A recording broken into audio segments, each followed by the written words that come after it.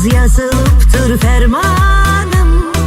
Bu kalbimin keder oldu konağı. Hayatımı viran etti mehabbet.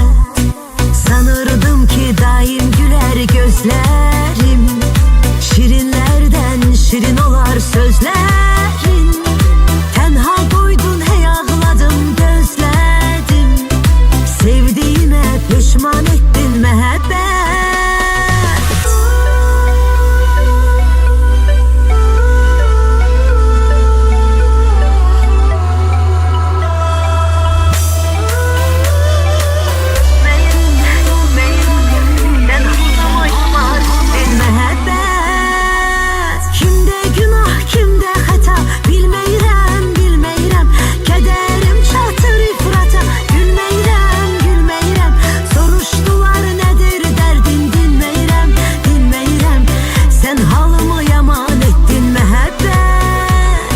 Sən və mən, gülüm mən və sən.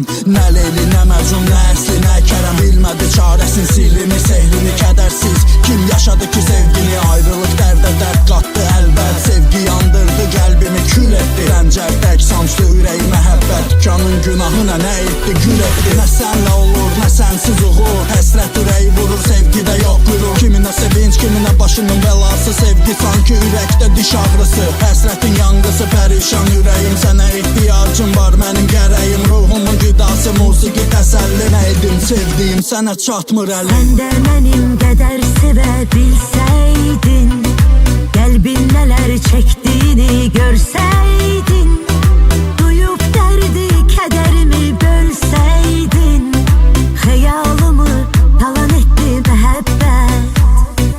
Könlüm yandı ilk eşqimdən, sevgimdən.